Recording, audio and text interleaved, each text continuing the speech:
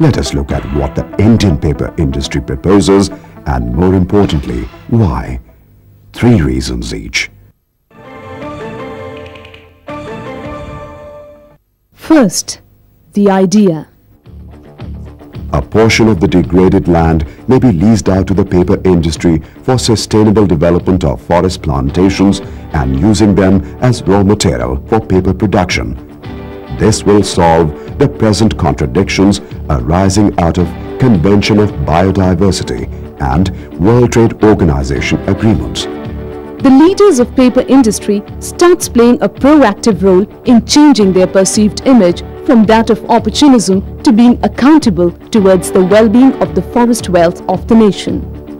The state should shed its inhibition of looking at forests only from the perspective of conservation and consider the importance of increasing the productivity of land under forests as well. Until now, in India, degraded revenue and forest lands have been directly managed by the government or given in usufruct to communities under various arrangements. Time has come when the private sector industries need to be involved in a large scale. In fact, not only the forest-based industries, but also other polluting industries like mining, thermal plants, steel, aluminium, cement, etc. needs to be involved in the regreening drive. With 1.2 million hectares of land available for generating pulpwood, Indian industry would be able to create a level playing field in next 10 to 15 years. These plantations will also contribute intangible benefits like carbon sequestration, water harvesting and soil conservation. As well, the prospect of harvesting the benefits of Kyoto mechanisms and entering the carbon trading market looks bright. Use of the degraded forest land for productive purposes will reduce pressure on the existing dense forest and hence save them from further degradation. Such good quality forest can be protected with the conservationist zeal, a win-win situation across all the stakeholders. But then, why hasn't India adopted this model? 4 reasons again.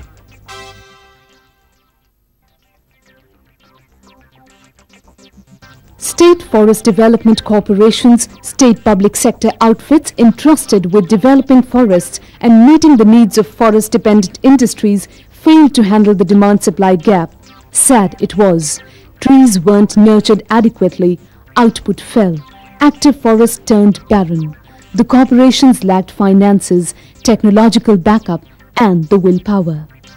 Misinterpretation of the provisions of the 1988 Forest Policy, thereby keeping the private sector completely out of the drive to regreen the degraded forest land.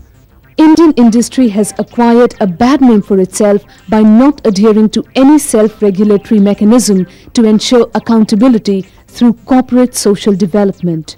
Common people are always apprehensive that given such opportunities, Indian paper mills will jeopardize the social safety nets woven around the forests. Studies have, however, shown that such social safety nets are crumbling rapidly consequent upon the rapid degradation of the forests of the country. Finally, and most importantly, the vested interests who gain from wood-based industries to importing raw pulp ensured that forests were never groomed for the supply of paper pulp to the industry. Next time when you take a flight across the Indian subcontinent, one sunny afternoon, look down and think. This patch of green land, Earth's own forest, is now subject to mankind's complicated economics, vested interest of importing lobbies and system failures. CII's worry stems from a simple realization. The paper and wood-based industries' benefit can't be looked in isolation of the benefits of the country. Let us look at what the country gains from CII's unique formula of private-public participation in regreening India. Well, 4 reasons here. Employment, 11 lakhs per million hectare of forest land, and the industry can take up to 3 million hectare. Savings of imports. 8,000 crore of valuable foreign exchange is currently being spent on importing paper pulp and wood-based industries. Contribution to the economy. Indian economy would have 10,000 crore more in circulation. Others. Industry can be co-opted to develop forest land beyond the land it acquires others for its own use. What finally, then? Putting a stop to import of raw wood pulp for domestic paper industry cannot be against economic growth, will it be?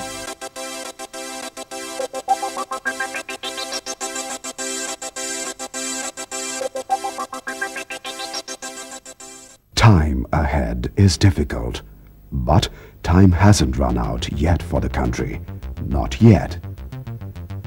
Now, let us take a quick glance at solutions and the outcome of solutions. The solution. A portion of the degraded forest land may be leased out to the wood-based industry. The outcome of solution. The contradictions arising out of India simultaneously signing the Convention on Biodiversity and the World Trade Organization protocols would in the process get solved. The next solution. Implementation of Code of Conduct for the industry. The outcome of solution. Credibility is key here. It has to be ensured that the industry does not compromise with the faith of the nation. The country would lease out land to the industry only for use for sustainable productive forestry. The industry would remember that it still is constitutionally under the ownership of the government. CII would try to ensure that they continuously keep the nation informed about the gains that are accruing to the communities, the interlinked sectors, the forest department and the country as a whole in view of the lands being leased out to them. Two mechanisms, in-house certification system and social audit of the units in the industry by CII will help achieve such an objective. Now the final solution. The state has to shed its inhibitions of looking at forests only from the perspective of conservation and consider the importance of increasing the productivity of land under forests as well. The final outcome of solution. 1.2 million hectares of degraded land would be green again. Kyoto carbon sink at the rate $30 per hectare per year would fetch India $36 million. Fodder and fuel supply would increase. Rural employment would get a fillip. Skill development. Social safety net for community. Water harvesting. Soil conservation. In sum total, the benefits in monetary terms work out to be rupees 10,500 crore per year. These gains are in addition to the prospective gains in the form of water and soil conservation, protection to the existing forests and the consequent protection of our gene pool therein. The reaction has a chain effect on the sectors enjoying backward and forward linkages with it. All will be bubbling with opportunities of increased production and consequent value addition to the economic health of the country. The employment potential of the economy will increase manifold.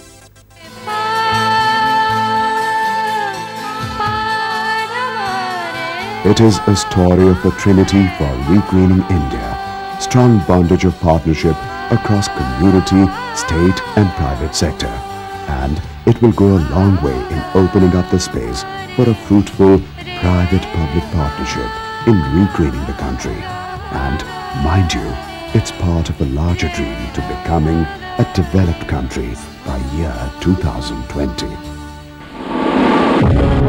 For CII by Ventures Direct Television.